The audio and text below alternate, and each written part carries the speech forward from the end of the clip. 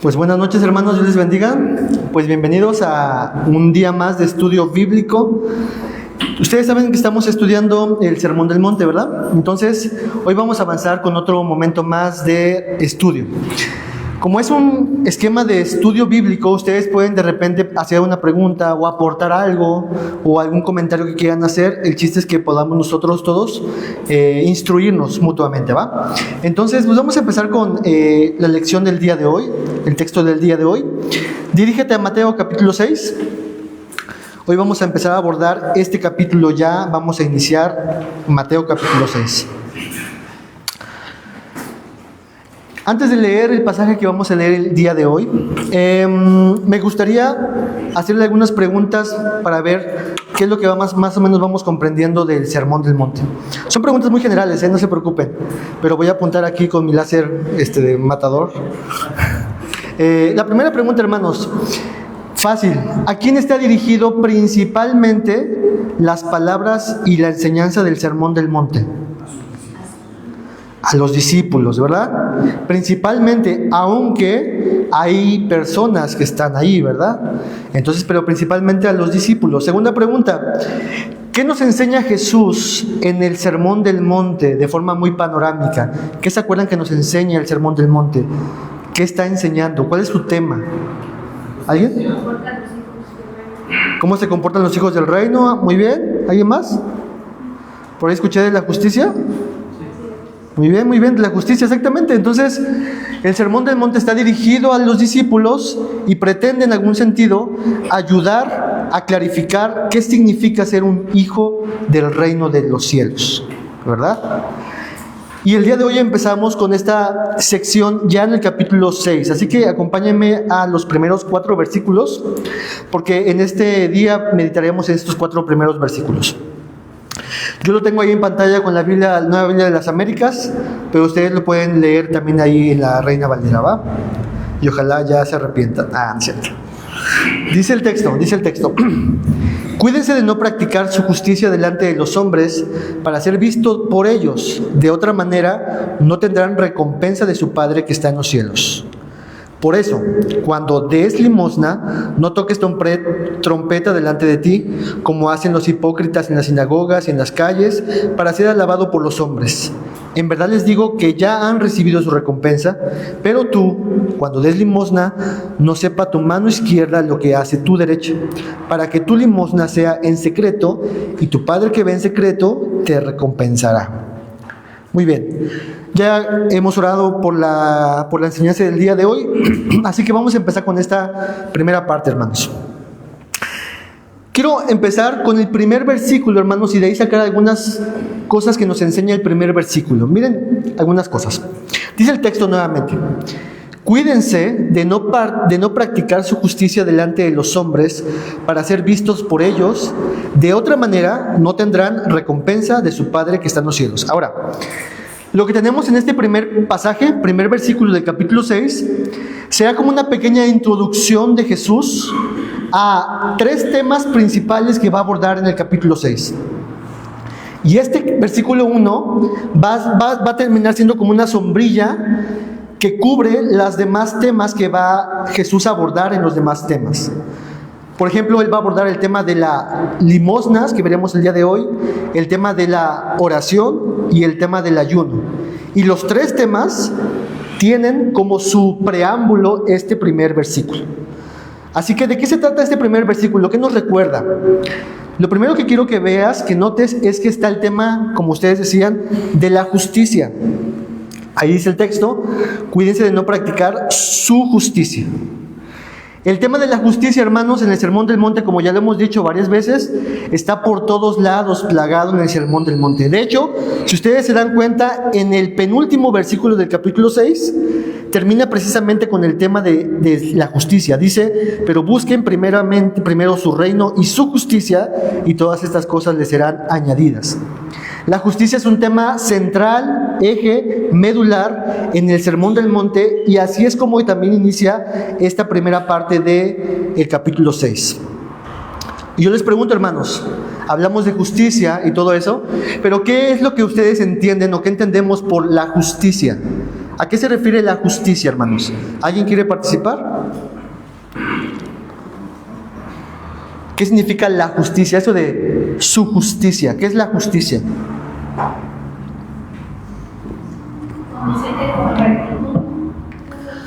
Conducirte con rectitud, hacer lo que es justo, ¿no?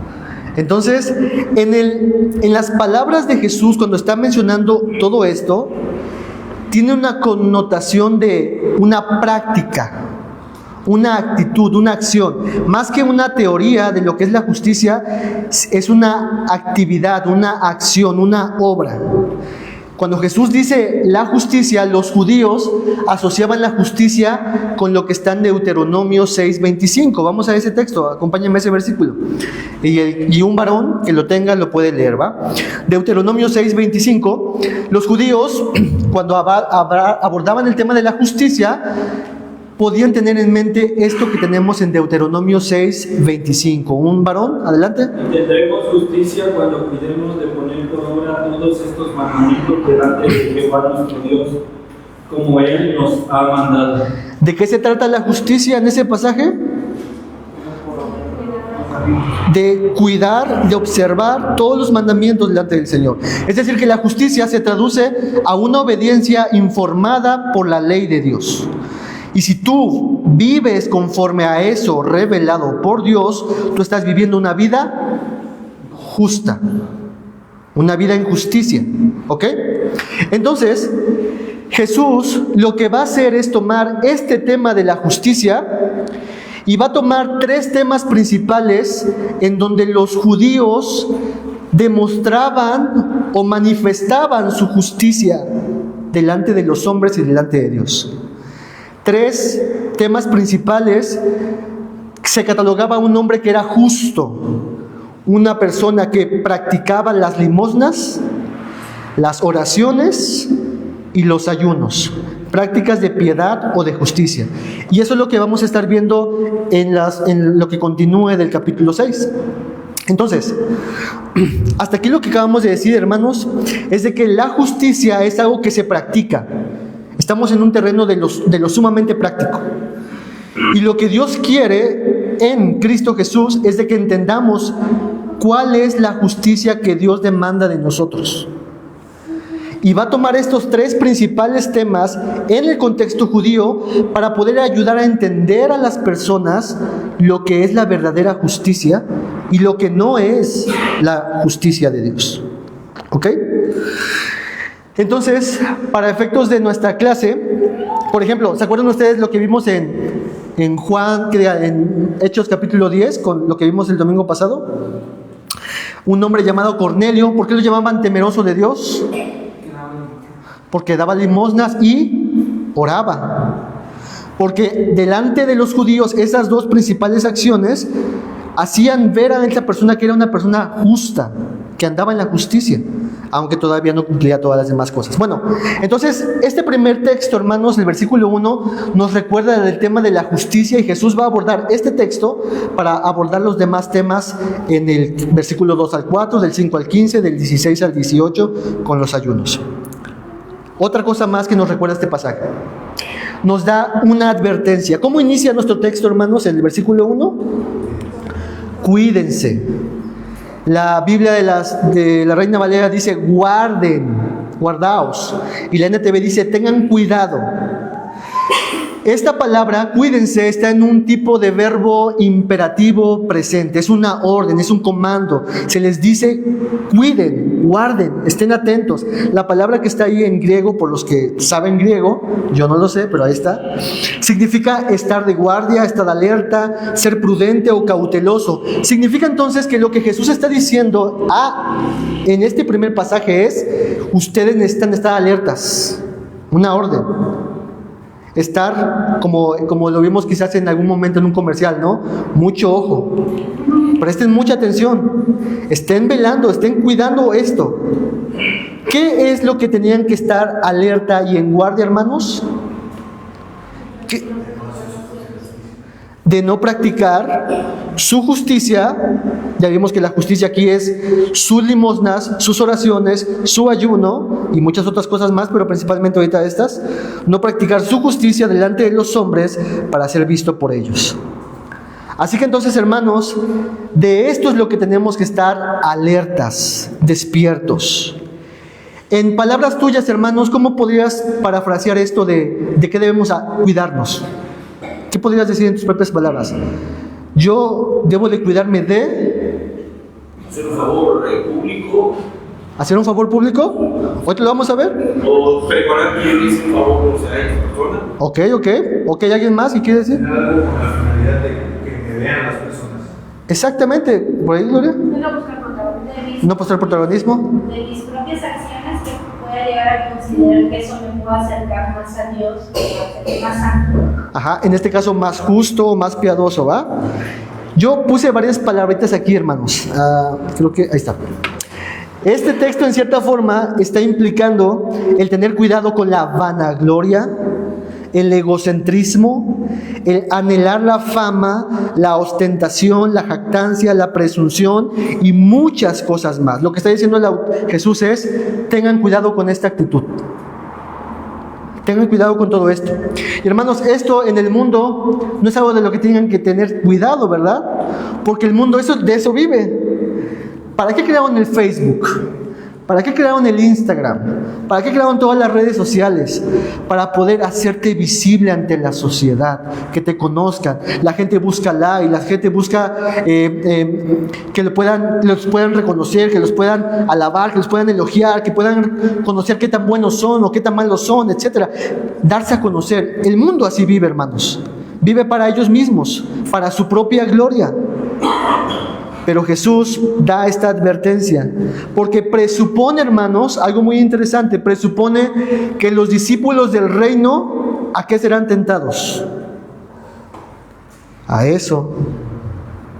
Tú serás tentado tarde o temprano a la vanagloria. Tú serás tarde o temprano tentado al egocentrismo, al querer ser reconocido, al querer que los demás valoren lo que tú haces. Y todas estas cosas. Ahora, hermanos, a veces pensamos que solamente los que están aquí arriba, los que enseñan, los que son líderes, los que tienen un servicio como muy visible, esos son muy tentados a pasar por esas situaciones. Pero realmente, hermanos, todos los cristianos serán tentados, la tentación tocará su puerta de, oye, nadie te reconoce. Oye, haz algo para que te conozcan, te vean. Hace un tiempo, hermanos, y la verdad es que este tema, hermanos, que está tratándose aquí de fondo, es muy sutil, hermanos. Porque muchos llegamos a aparentar una bondad, pero en el fondo realmente queremos que sí me reconozcan. Que sepan, por ejemplo, en mi caso, que quién soy yo, que sepan lo que yo he estudiado, que sepan estas cosas, que voy a hablar palabras en griego para que digan, wow, el hermano no habla palabras en griego. Al final, aunque aparentamos una bondad, en el fondo, lo que Jesús nos dice aquí es muy importante, cuídense, porque algo puede pasar inmediatamente. Cuando estaba preparando el sermón me acordé de una historia de un pastor que contaba una anécdota donde él estaba predicando en una iglesia, en un servicio, y le predicaba a la gente y era un momento muy, muy bonito. Terminó de predicar el pastor, bajó y un miembro de la iglesia lo abordó y le dice, pastor, estoy maravillado por todo lo que hoy pude aprender con usted. Toda su sabiduría, su conocimiento, gracias a Dios, gracias doy a Dios por su vida, por todo lo que le ha permitido estudiar y todo. Y le empezó a decir y a decir y a decir y a decir. Y este pastor, cuando terminó de escuchar todo esto, dijo, oye, mira qué curioso, porque mientras yo estaba predicando, eso mismo escuchaba yo del diablo que me decía, qué buen predicador eres. Wow, ahora sí, estás haciendo una buena interpretación. Eso lo dijo en un pastor en un contexto denominacional, ¿va? Pero la idea es esa, hermanos, que incluso mientras yo estoy enseñando aquí, estoy siendo tentado a eso mismo. ¿Está mal, hermanos, reconocer los dones y talentos de otras personas? No está mal. No está mal que yo le diga, qué bien tocas, Onan, qué bien tocas, David, qué buen servicio haces. No está mal, pero somos tan malos, hermanos, que eso solamente nos falta un poquito para robarle la gloria a Dios y olvidar que no se trata de nosotros, sino que se trata realmente de Dios. Por este tipo de actitud, hermanos, yo en mi corta experiencia he visto iglesias dividirse por pensar y decir, cuidar su reputación, cuidar su fama, cuidar estas cuestiones de cómo me ven los demás, de cómo me perciben los demás, y entonces cuidan las apariencias. Por el egoísmo, el egocentrismo, la gran vanagloria, Caín, ¿qué hizo con Abel? Lo mató, porque no fue alabado de la misma forma que Abel. Satanás, hermanos, de la misma forma tentó a Jesús al decirle, mira, todas estas cosas, recompensas te daré, Jesús, si tú postrado me adoras. Y Jesús dijo, aléjate de mí, Satanás. Alertas, cuídense, esa advertencia, hermanos. Avancemos a otras cosas que este mismo versículo nos recuerda. Otra cosa que nos recuerda, hay un contraste aquí, hermanos. Les pregunto, ¿debe buscar un cristiano que sus obras sean vistas por el mundo? ¿Sí o no? A ver, levanten la mano los que dicen que sí, tenemos que hacer que los demás nos vean, el mundo nos vea. A ver, levanten la mano. Sí, Exactamente. Vamos a leer lo que dice, por ejemplo, Mateo 5:16, que serían unos versículos hacia atrás. Porque Mateo 5:16 dice algo aparentemente contradictorio a lo que Mateo 6:1 dice. ¿Alguien, una mujer que pueda leer, por favor, Mateo 5:16? Para que vean por sus buenas obras y glorifiquen a vuestro Padre que está en los cielos. ¿Qué nos está pidiendo Jesús que hagamos? Que vivamos de tal forma que nuestras obras sean evidentes a todos, ¿verdad? Y ese texto que dice que no vayamos por el camino de hacer que los demás vean nuestras buenas obras, ¿no? ¿No parecería ser como una contradicción aquí, hermanitos, un poquito? Es que es diferente, ¿no? A lo que se refiere ahí en Mateo 6:1 a lo que menciona en Mateo 5:16. El Mateo 5:16 se refiere más a nuestro testimonio y hacer luz a otras personas que no conocen. Ajá. Y específicamente el Mateo 6:1 es un poco más al aspecto religioso, que podría tomarse así. Ok, muy bien. Hay una diferencia, como decía Frank. Sí estamos llamados a mostrar nuestras obras al mundo en un sentido. De hecho, el texto dice, para que glorifiquen a vuestro Padre que está en los cielos. Ese es un propósito. Y no estamos llamados a que nuestras obras sean vistas en este sentido, en el que yo soy el centro de la atención y que me vean a mí. En eso no debemos hacer. ¿Ok? Solamente lo comento porque este texto, si lo ponemos a la luz de Mateo 5:16, quizás pudiera parecer que, bueno, entonces que mostramos nuestras obras o no, nos ocultamos, etcétera, ¿no? Otra cosa más que nos recuerda, hermanos, este mismo pasaje. Este mismo pasaje nos recuerda acerca de la recompensa. Dice nuestro texto, de otra manera no tendrán recompensa de su Padre que está en los cielos. ¿Qué pasa si no atendemos la advertencia de cuídense? ¿Qué pasa si no atendemos esa advertencia? Según ese pasaje. Pues podemos caer en eso. Aparte de que caer en eso, ¿qué es lo que pasaría? No tendremos recompensa, y dice el texto. De otra manera, o sea, si ustedes practican su justicia delante de los hombres para ser visto por ellos, pues ustedes no tendrán la recompensa que su Padre tiene en los cielos. ¿Cuál recompensa, hermanos? ¿De cuál recompensa está hablando aquí este pasaje? ¿Cuál cree que sea la recompensa que se refiere a Jesús aquí? ¿Alguna idea? Bien, esa es la respuesta. El texto calla, guarda silencio. No nos dice qué tipo de recompensa es específicamente. Lo que este texto sí nos dice es la fuente proveedora de esa recompensa. ¿Quién es?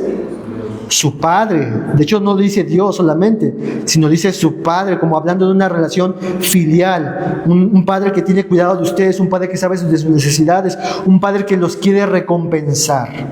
Ahora, hermanos, ¿debe un cristiano buscar que sus obras sean vistas por el mundo? Ya dijimos que sí. ¿Debe un cristiano buscar que sus obras sean vistas por el mundo? Ya dijimos que sí, porque de hecho este texto nos invita a que lo hagamos por la recompensa. Quiero señalarles algunos pasajes en la Biblia. Acompáñenme a Mateo 5:12. Acompáñame en Mateo 5:12 y ahora le toca a un hombre, ¿va? Un hermanito. Mateo 5:12. ¿Quién lo tiene? Gozaos y alegraos porque vuestro galardón es grande en los cielos, porque así persiguieron a los profetas que fueron antes de vosotros. Nuevamente está el tema de las recompensas. Ustedes hagan sus obras delante de los hombres, va a haber recompensas. Mateo 10:42, una mujer que lo busque, una hermanita. Mateo 10:42.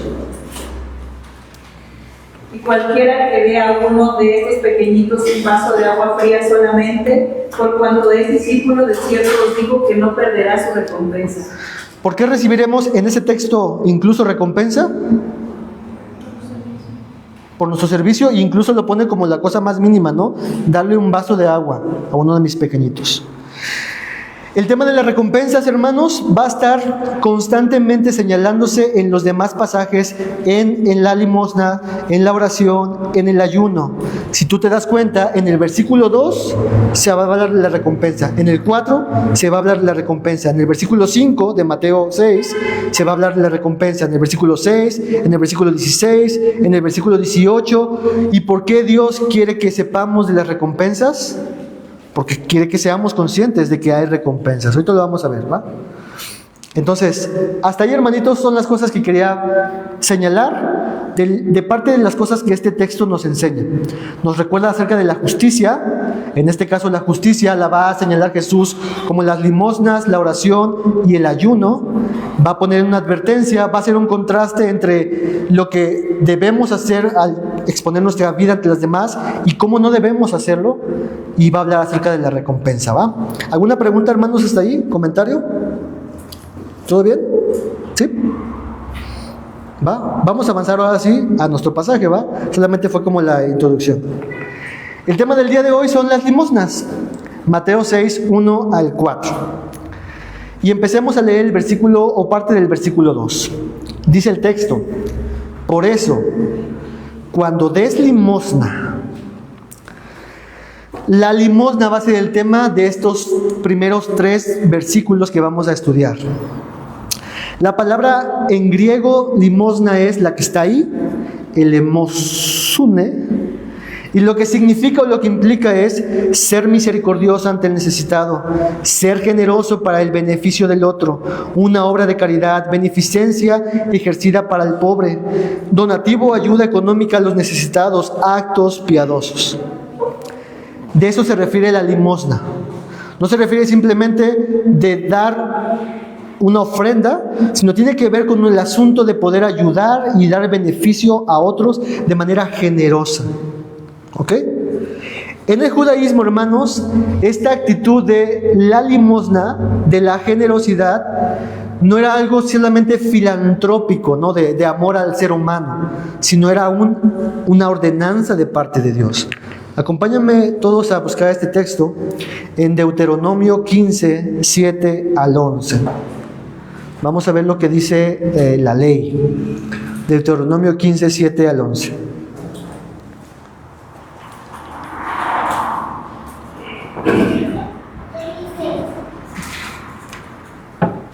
Ahorita vamos a leerlo. ¿Ya lo tienen, hermanos? Lo voy a leer para ustedes. Dice: si hay un menesteroso contigo, uno de tus hermanos en cualquiera de tus ciudades, en la tierra del Señor tu Dios te da, no endurecerás tu corazón y cerrarás tu mano a tu hermano pobre, sino que le abrirás libremente tu mano y con generosidad le prestarás lo que haga falta para cubrir sus necesidades. Cuídate de que no haya pensamiento perverso en tu corazón diciendo, el séptimo año, el año de la remisión está cerca, y mires con malos ojos a tu hermano pobre y no le des nada, porque él podrá clamar al Señor contra ti y esto te será por pecado. Versículo que sigue. Con generosidad le darás y no te dolerá el corazón cuando le des, ya que el Señor tu Dios te bendecirá por eso en todo tu trabajo y en todo lo que emprendas, porque nunca faltarán pobres en tu tierra. Por eso te ordeno, con liberalidad abrirás tu mano a tu hermano, al necesitado y al pobre en tu tierra. ¿Qué es lo que está ordenando Dios en el Antiguo Testamento para el pueblo de Israel? Lo que estamos viendo, la limosna, la generosidad.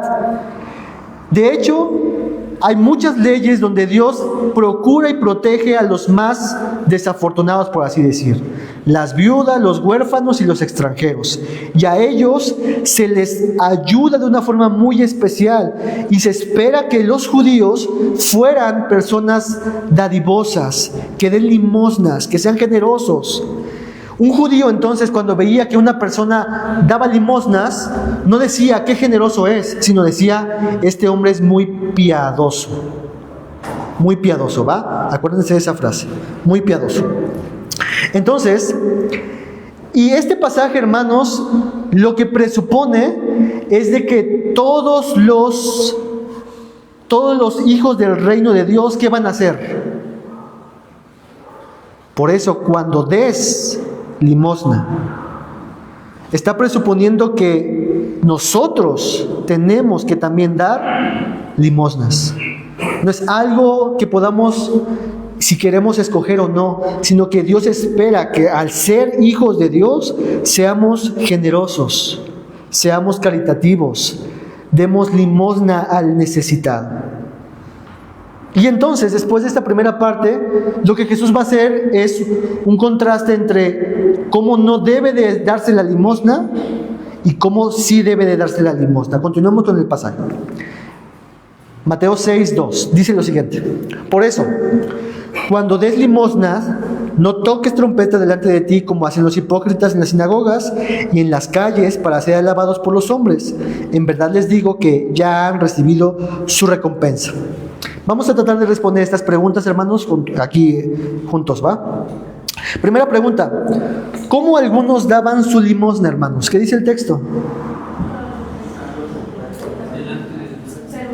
Se anunciaban, tocaban trompetas, hacían cualquier cosa para llamar la atención ¿de qué?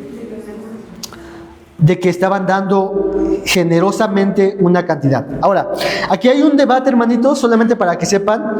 Hay un debate de qué significa esto de no toques trompeta delante de ti.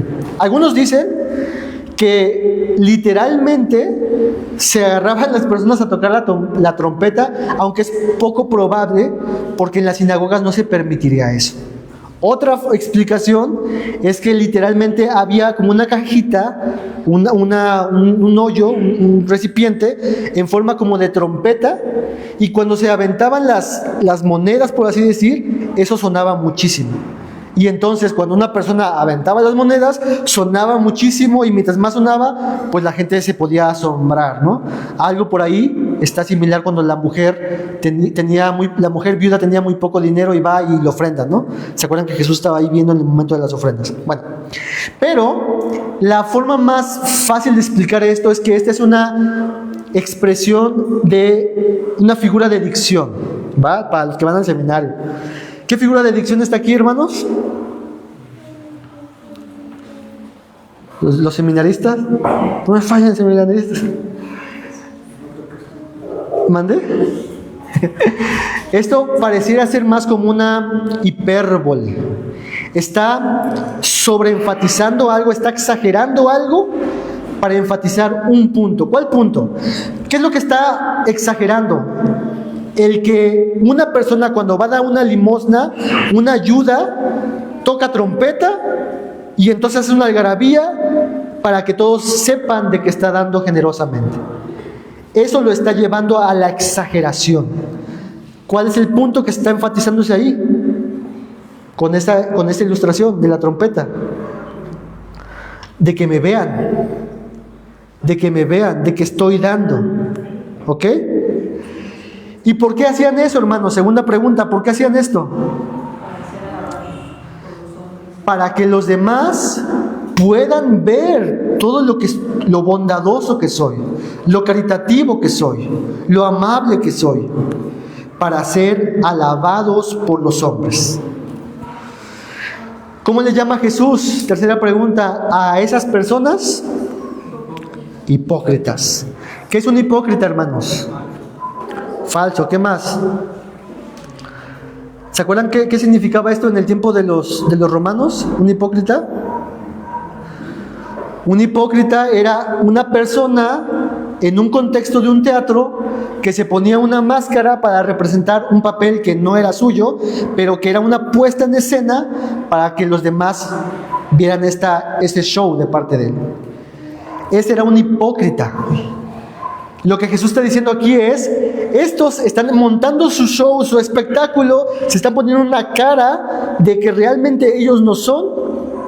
Ellos realmente son unos hipócritas, falsos. Es una fachada, es una puesta en escena. Realmente esa obra de caridad que están haciendo, tienen una máscara puesta porque sus intenciones son totalmente diferentes. Entonces, hermanos, el hipócrita lo que hacía era tratar de cumplir lo que la ley decía, pero tenía un propósito en mente. ¿Cuál era su propósito, hermanos, al ofrecer todo esto? Ser alabado por los hombres, exactamente. Entonces, recibir honra por los hombres. ¿Y cuál es la recompensa de los tales personas?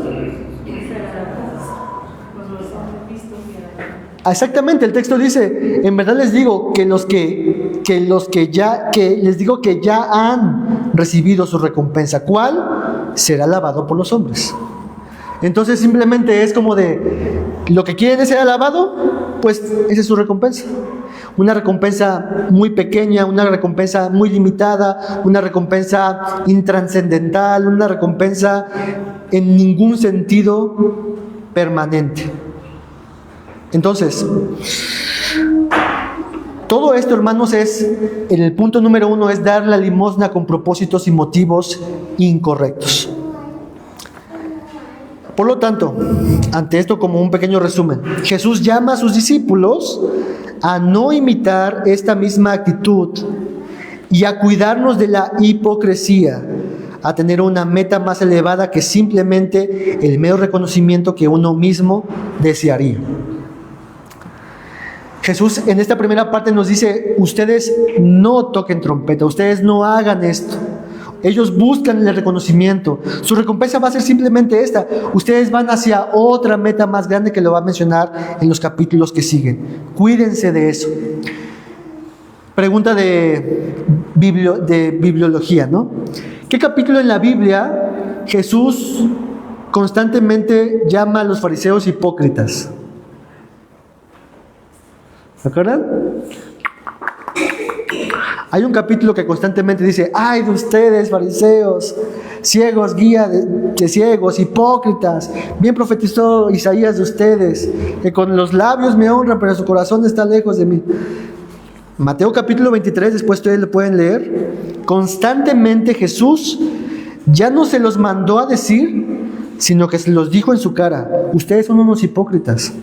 Porque realmente ustedes aparentan hipocresía, esta piedad, pero su intención es totalmente otra. Y eso es lo que Jesús dice, ustedes no deben hacer así. No deben de tener motivos en conflicto. Segundo punto, entonces, vamos ahora a dar limosna con propósitos y motivos correctos. ¿Alguien puede leer lo que está ahí en pantalla en el versículo 3 y 4? Pero tú, cuando es ahí, ¿Sí? cuando le limosna, que no sepa tu mano izquierda lo que hace tu mano derecha, para que tu limosna sea secreto, que tu Padre que ve en lo secreto te recompensará. Muy bien. Pregunta, ¿cómo debemos dar la limosna? secretamente. El texto lo menciona, que no sepa tu mano izquierda lo que hace tu mano derecha. ¿Esto es literal o qué es simbólico? ¿Qué es, hermanos? Nuevamente es una hipérbole. Está exagerando algo para enfatizar un punto de esta ilustración. Yo les pregunto, ¿es posible que la mano derecha no sepa lo que hace la mano izquierda? Es imposible, pero lo que Jesús está diciendo es: busca de tal manera que lo que haces hacia otro pueda ser de esta forma, secretamente, porque el énfasis es para que tu limosna sea en secreto. Así que la verdadera piedad a la que Jesús llama a los discípulos no es una que tenga necesariamente que ser vista por todos los hombres, aunque debe de ser, sino una que en principio surge de un corazón espontáneo, agradecido, generoso, que ama a Dios, que ama a su prójimo y que por eso se porta de manera generosa. ¿Qué es lo que hacían los hipócritas, hermanos? ¿Realmente amaban a Dios al dar su limosna a los necesitados? Eran hipócritas. ¿A quién amaban al final del día? A sí mismos. Y ellos lo que hacían eran simplemente por el hecho de: yo voy a dar esta ofrenda, esta limosna, con el propósito de que yo gane algo. Y el cristiano no. El cristiano dice: tú todo lo vas a hacer en secreto. Mientras los demás son reconocidos públicamente, tú lo vas a hacer en secreto. Ese es el énfasis de esta primera parte. Entonces, cuando hablamos aquí de secreto, hermanos, nos referimos incluso a nosotros mismos, no a alabarnos por decir: ay, Isra, ahora sí, qué bien lo hiciste. Ahora sí, Dios se pasó de lanza contigo al crearte de esta manera tan atento, tan amable, tan misericordioso. Y darte porras, ¿no? De bien, vas bien. Eso también es en secreto. Que tú estés consciente de que lo haces desinteresadamente, por amor, por compasión, por misericordia, y no por nada que pueda retribuirte a ti algo, sino por causa de Dios y su reino. ¿Ok? Ahora, yo cuando llegué a este punto me hice una pregunta, hermanos. No sé si ustedes la pueden hacer, pero yo me la hice, ¿no? ¿Y qué hay de las ofrendas en la iglesia, hermanos? Eso es lo que te digo. ¿Qué acaso al venir aquí y poner una ofrenda, no estamos haciendo público que estamos ofrendando y estamos viendo unos con otros quién sí ofrenda y quién no? Entonces, ¿cómo funciona en este tema de las ofrendas aquí? Hay otras iglesias que pasan sobres, hay otras iglesias que literalmente piden una cooperación y muchas cosas. ¿Cómo eso lo respondemos? ¿Qué pueden responder acerca de eso, hermanos? Tal vez exhibiendo la cantidad que voy a dar, no sé, sería como: mira, yo voy a dar esta cantidad, o traer mi ofrenda para tus pastores.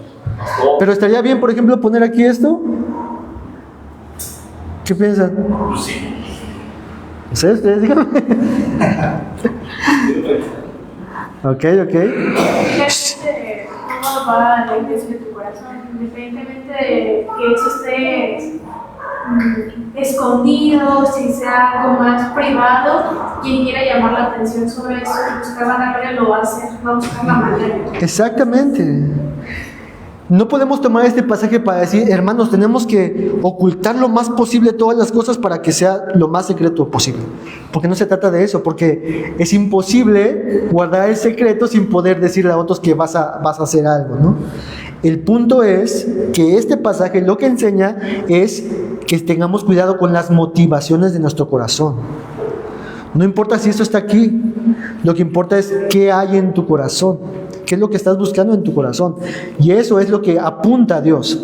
Siempre Dios va a apuntar a ese corazón antes que la obra externa, ¿no? ¿Se acuerdan en un momento cuando los hijos de Isaí, los hermanos de David, fueron presentados delante de Samuel, y que Samuel dijo: este está muy guapo y muy alto y todo eso, este seguramente es el rey futuro?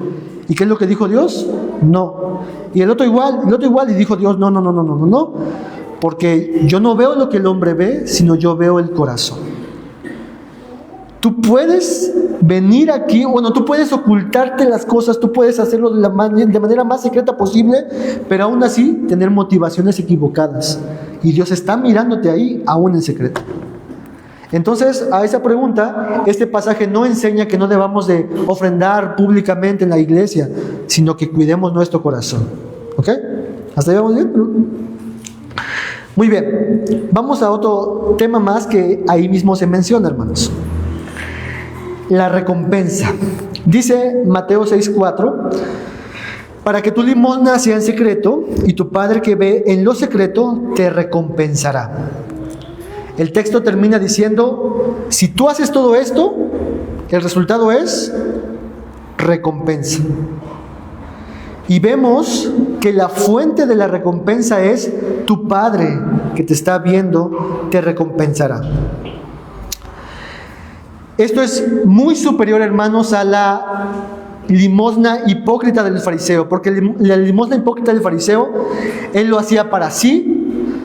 Su recompensa era el halago y la alabanza de otros, pero en este texto la recompensa del cristiano, del creyente es, en principio, que su Padre lo está viendo.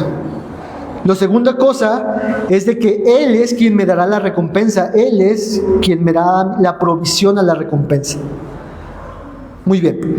¿Cuál es esa recompensa? Ya hemos dicho, no sabemos cuál es la recompensa.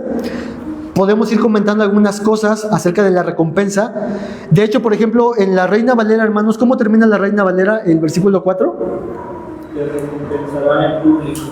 Dice, te recompensará en público. Esa palabra en público no se encuentra en los manuscritos más antiguos. La Reina Valera lo añade como para hacer una forma ¿cómo se puede decir? De contraste con los otros de los hipócritas, ¿no? Que ellos reciben una recompensa en público, pero tú, mientras estás en secreto, tú también la vas a recibir al final del día, ¿no? Pero esto no está en los manuscritos más antiguos, hermanos, porque lo que se enfatiza, algunas iglesias, hermanos, tomando este pasaje con la Reina Valera, ¿qué es lo que dicen a veces? Dicen, Dios, si tú haces esto, te aseguro que Dios te va a recompensar en público. Y eso no es así, hermanos, porque la recompensa de Dios no siempre va a ser pública. Puede ser pública, puede ser al momento, puede ser después de mucho tiempo, puede ser interna, puede ser material, puede ser espiritual, puede ser escatológica hacia el tiempo final, pero lo que sí asegura el texto que tendrás recompensa. Eso es lo que estamos ciertísimos, hermanos. Ya sea que la recompensa la experimentemos aquí en la tierra, ya sea que la recompensa la experimentemos en nuestro corazón de manera interna, de cómo Dios está obrando a través de mi apoyo al reino, o ya sea que la experimentemos en la eternidad, pero lo que se asegura el pasaje es de decirnos, tú tendrás recompensa. Tú tendrás recompensa. Hermanos, ¿es correcto que un cristiano persiga, busque obtener las recompensas de parte de Dios? ¿Qué piensan? ¿Está bien que un cristiano tenga en la mente, quiero recibir la recompensa de parte de Dios? ¿Qué piensan?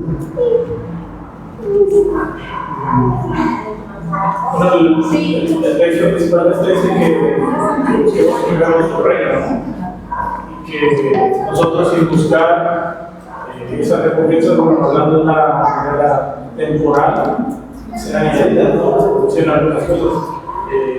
Las cosas del reino, Jesús también menciona que quien deja ciertas cosas por el reino de Dios, el Padre añade y multiplica ciertas cosas que no dejan. Entonces, creo que como cristianos no nos enfocamos en eso, ¿no? Okay. Pero el Padre aún así, en su gran misericordia, Él da. ¿Y por qué creen cuál sea la razón de que constantemente Dios mencione recompensa, recompensa, recompensa, recompensa? Lo que dice Fran es totalmente cierto, hermanos, pero creo que a veces fallamos en una cosa, en no perseguir esas recompensas, hermanos. No por ganarnos, eso no nos gana la salvación, La recompensa no es la salvación, eso es el proceso de la santificación, estamos en el proceso de la santificación. Pero creo yo que constantemente la Biblia menciona la recompensa para que seamos estimulados y animados a vivir una vida ferviente en buenas obras para Dios. Sabiendo que a pesar de que estamos obligados a hacerlo por amor a Dios, Dios solamente, a pesar de eso, todavía Dios dice, y te voy a dar una recompensa. Es como un aliciente, como un consuelo, como un ánimo y un estímulo que nos inyecta Dios de decir, busca la recompensa, búscala, búscala. Y hermanos, ¿cuál es la mayor recompensa que tú pudieras aspirar recibir de Dios? ¿Cuál sería la mayor? Si tuvieras 10 recompensas de parte de Dios, ¿cuál pondrías en el top que tú dirías, esta es mi mayor recompensa que Dios me daría? Vida eterna. La vida eterna la tenemos en el momento que queremos, ¿va? Entonces eso ya no está en juego, ¿va? Pero aparte de eso, ¿cuál es la recompensa mayor que tú dices, esta es la recompensa que yo quiero recibir de parte de Él? Cercanía con Él. Exacto, ¿sí? Yo lo que lo llevo, hermanos, mi recompensa es que lo que yo haga redunde a ti para tu gloria, tu honor y tu fama. Esa es la recompensa mayor del cristiano. Si dijéramos, Dios te puede dar un automóvil, Dios te puede dar una familia, y Dios te puede dar que lo que tú hagas le dé gloria a Dios, yo quiero animarte de que ese sea tu punto principal, de que las cosas que yo haga, las más mínimas, incluso un vaso de agua, que mi recompensa sea que Cristo sea glorificado, sea visto, que yo sea tenido cada día como más pequeño y Él más grande. Esa es la alegría más grande del creyente, la recompensa de saber de que eternamente Dios será glorificado por las cosas que me permitió hacer aquí en la tierra. Para mí, esa es la mayor recompensa que recibimos de parte de Dios. Y la que deberíamos de buscar, y la que constantemente cuando menciona las recompensas, Dios quiere que decirte, búscala, esfuérzate, trabaja, lucha, pelea, sigue amando, sigue renunciando al pecado, sigue mostrando tu luz ante el mundo, sigue haciéndolo. Hay recompensa. Y si mi recompensa es que yo sea glorificado y eso es lo que quieres, pues te lo voy a dar, ¿no? Entonces, como más o menos la idea. Muy bien, hermanos. Estamos por terminar. Leamos nuevamente el pasaje.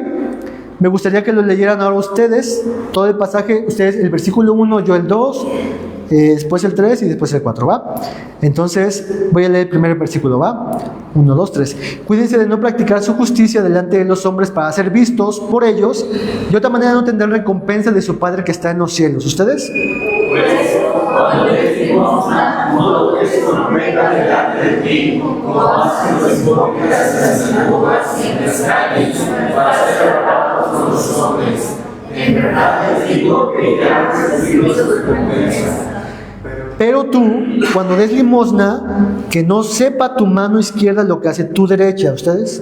Para que el limosna sea secreto y tu Padre que ve lo secreto te recompensará. Muy bien, ¿qué aprendemos de todo esto? Aparte de lo que ya comentamos. Yo señalo 5 cosas, hermanos.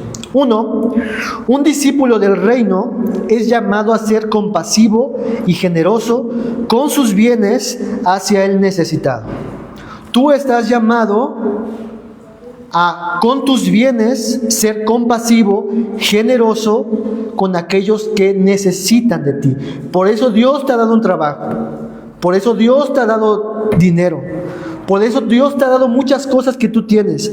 No para que enriquezcas y digas, alma mía, muchos bienes has tenido, ¿qué voy a hacer con estos bienes? Sino para que tú puedas ser generoso ante aquellas personas que lo necesitan.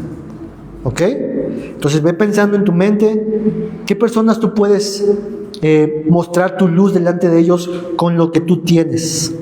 Segundo punto, mantente alerta ante todo asomo tentador de la vanagloria y la fama, hermanos.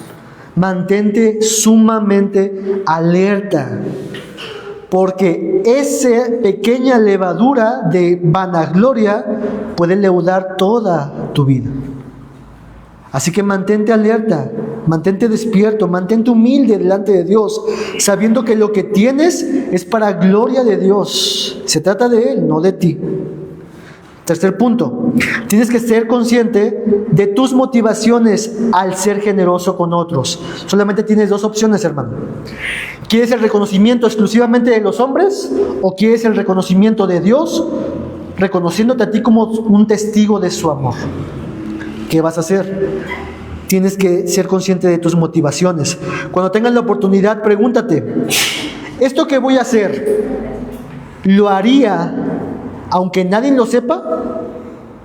¿Esto que yo voy a dar de las limosnas lo haría aunque nadie me reconozca, nadie me aprecie, nadie me valora? ¿Lo haría? Si tu respuesta es sí, tienes motivaciones correctas, lo haces para el reino. Si tu respuesta es no, entonces necesitas ir delante de Dios. ¿Ok? Cuarto punto, Dios no mira tanto la moneda que das, sino el amor con que lo das. Y eso ya lo veíamos con la historia de David. Dios mira tu corazón, hermano. Y como dice Hebreos, toda obra que has hecho por fe y amor para Él, Dios que es justo, la tiene en cuenta. Porque Dios no es injusto para olvidar las cosas que has hecho para Él.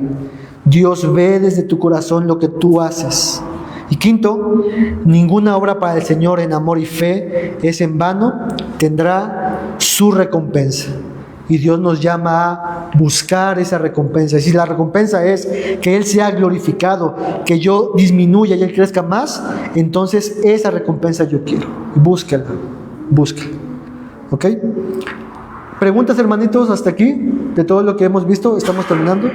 ¿Comentarios? ¿Les gustaría? Bueno, no, ya después. Bueno. Yo iba a hacer algo, pero no. Pues bueno, vamos a terminar, hermanitos. Si no tienen preguntas, algún comentario, alguna duda, vamos a terminar con una oración para terminar este tiempo, ¿va? Entonces, le voy a pedir a David que termine con una oración. Vamos a orar. Te damos gracias, Dios, por esta enseñanza. Gracias te damos porque tu palabra a veces puede ser un poco compleja, pero tu Espíritu nos ayuda a entender y llega hasta lo más profundo de nosotros, Señor.